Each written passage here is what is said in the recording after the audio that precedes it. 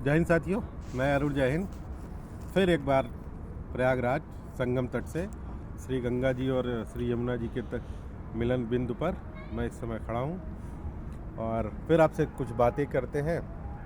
पूस की रात है, गुजर रही है, आधी रात है। खैर गाना तो नहीं गाऊंगा, बहरहाल कि आज भगवान राम पे कुछ बात की जाती है, क्योंकि राम और गंगा दोनों एक दूसरे से लगभग संपृक्त हैं, क्योंकि राम इस देश के राष्ट्रीय चरित्र हैं, मुख्य धारा में है और वो प्रेरणा देते हैं। और प्रेरणा देने के लिए कोई वो दैवीय स्वरूप नहीं ग्रहण करते हैं, वह हमारे आपके बीच में रह करके अपने दैनंदिन के व्यवहार से, अपने आचरण से, अपने जो है रिश्तों के साथ, अपनी संवेदनाओं के साथ, अपनी जो है जन पक्षधरता के साथ वो राम हमसे जुड़े हैं। और जो है जैसा कि एक कवि ने कहा है कि राम तुम्हारा वृत्त स्वयं ही काव्य है, कोई कवि बन जाए यह सहज संभाव्य है। और वो है कि तो राम के व्यक्तित्व में ऐसा क्या है, उसके आपको ये देखना होगा कि राम एक पुत्र हैं, खैर राम पिता भी हैं और राम भाई भी हैं। तो राम अपने रिश्तों को संजोते कैसे हैं? राम बड़े हैं इसलिए श्रेष्ठ है, इसलिए आदरणीय, ऐसा नहीं है। राम अपने कर्तव्य बोध से उनका किस, और सबसे बड़ी बात है कि वो समझते हैं कि वो ना कि राम वो चौपाई है कि जो है कौन राम नीत प्रीत परमारथ स्वारथ, कौन राम सम जान यथारथ। तो राम सबको जानते हैं। अब सबको जानने के लिए किसी दैवी शक्ति की आवश्यकता नहीं है। आपको मानव मनोभाव की, जैसा हम सोचते हैं, जैसा हम कहते हैं, जैसा हम सुनते हैं, जो पीड़ा, जो संवेदनाएं, जो सुख और जो इंद्रियगत वासनाएं हैं, जो हमें जितना पीड़ा देती हैं या हमें जितना सहयोग करती हैं या हमारे अंदर जितना झंकार उत्पन्न करती हैं या स्वर और संगीत उत्पन्न करती हैं, वैसे सबके होती हैं। तो राम देखिए कि राम जाते हैं, राम के जीवन से हमें सीखने की क्या।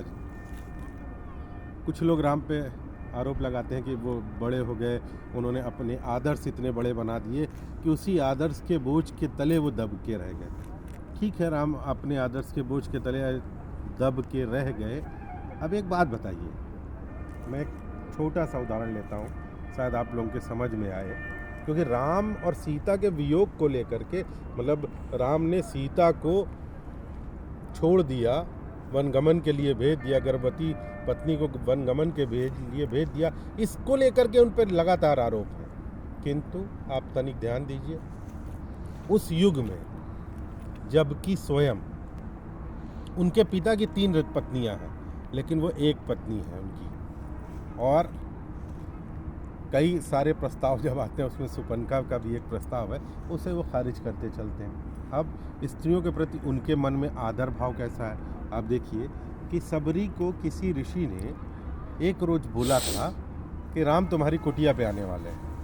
अब राम तुम्हारी कुटिया पे आने वाले हैं, उसके लिए वो रोज क्या करती थी कि उस पूरे अपने जहाँ वो रहती थी वनवासी, वो क्या करती थी, उस पूरे प्रांगण को ऋषि मुनियों की जो है, जो उनकी तपस्थली थी, उन पर रोज लिपाई पुताई करती थी और रोज वो जतन करती थी। जब उसे वो कहा गया, जहाँ तक जो मेरी जानकारी है कि 14 या 12 वर्ष की अवस्था में उनको किसी ऋषि ने ये कहा था कि राम तुम्हारे घर आएंगे। और जब राम आए तो लगभग 80 वर्ष की उम्र हो रही थी।